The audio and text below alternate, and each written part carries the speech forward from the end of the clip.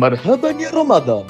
Anda dengarkan tazkirah menjelang berbuka puasa di TVN Malaysia bersama dengan para ustaz-ustaz pilihan setiap hari hanya di TVN Malaysia. Jangan lupa subscribe, like, share and comment. Assalamualaikum warahmatullahi wabarakatuh. Puji syukur kehadirat Allah Subhanahu wa taala, Tuhan alam semesta. Salawat berserta salam mudah-mudahan tetap tercurahkan kepada junjungan kita Nabi besar Muhammad sallallahu alaihi wasallam, suri tauladan bagi kita, anak cucu kita ila yaumil qiyamah. Hadirin pemirsa TVNU Malaysia yang dirahmati oleh Allah Subhanahu wa taala.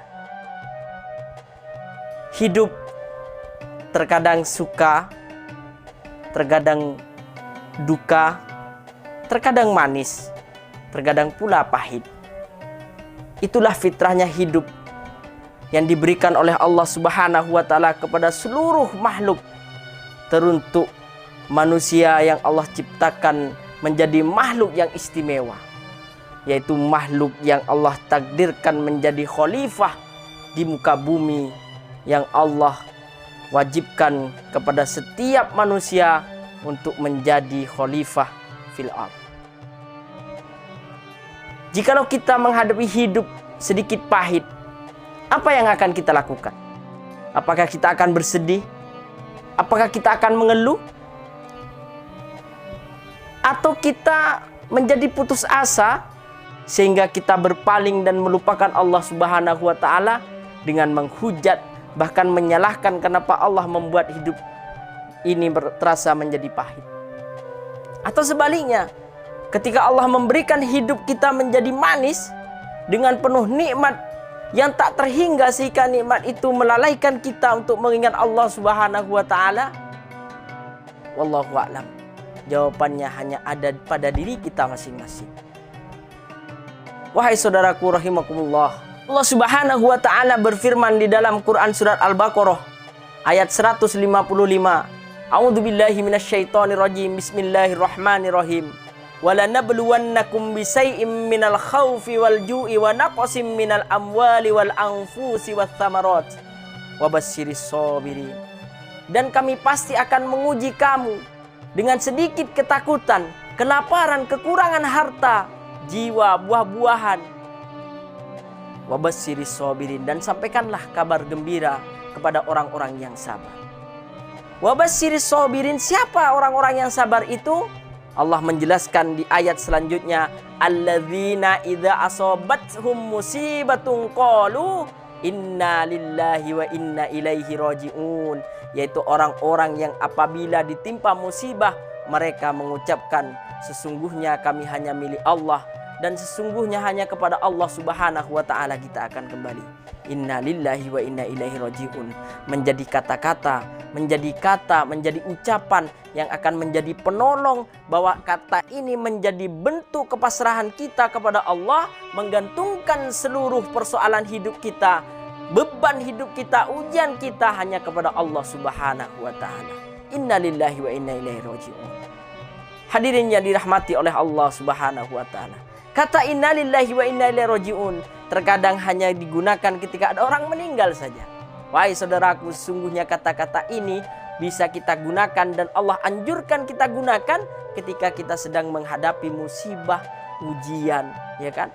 Hati yang sedang gelisah, ketakutan akan kekurangan harta, kemiskinan dan sebagainya. Kita ucapkan inna lillahi wa inna ilaihi rajiun. Sesungguhnya ada dari Allah dan semuanya akan kembali kepada Allah Subhanahu wa taala. Hadirin yang dirahmati oleh Allah Subhanahu wa taala, dari ayat ini kita bisa belajar apakah kita menjadi orang yang sabar atau menjadi orang yang tidak sabar akan ujian-ujian yang diberikan oleh Allah.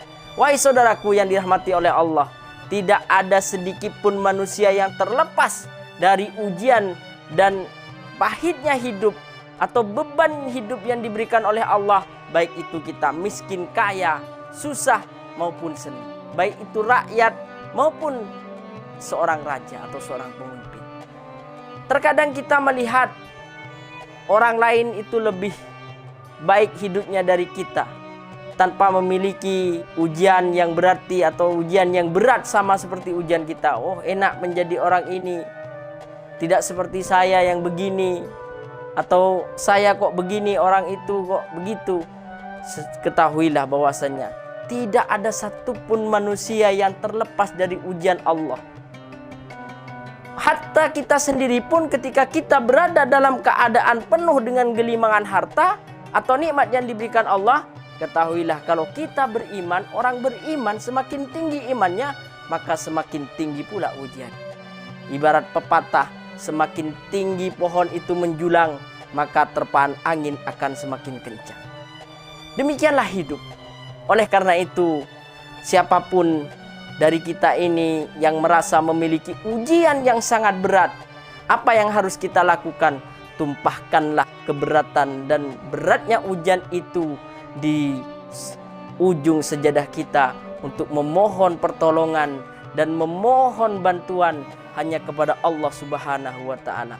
Hanya kepada Allah, pintu Allah saja yang harus kita ketuk, bukan pintu yang lain. Allah Rabbi la nusriku bihi syai'a. Jadi janganlah datang kepada orang yang tidak bisa menyelesaikan persoalannya sendiri. Datanglah hanya kepada Allah yang maha memberikan pertolongan dan maha menyelesaikan semua masalah kita yang kita miliki di dunia ini. Kalau kita sudah berpasrah kepada Allah, ketahuilah bahwasanya kemudahan-kemudahan hidup dan semua ujian yang kita hadapi akan terasa lebih ringan dan lebih rileks kita hadapi. Karena apa? Di situ ada campur tangan Allah yang sangat besar yang menjadikan kita ini kuat dalam menghadapi segala ujian. Hadirin yang dirahmati oleh Allah Subhanahu wa Ta'ala, di bulan puasa pada sejatinya kita juga menghadapi ujian. Ujian itu tujuannya untuk apa? Melatih kesabaran. Kita dilatih untuk selalu sabar, untuk menahan hawa nafsu.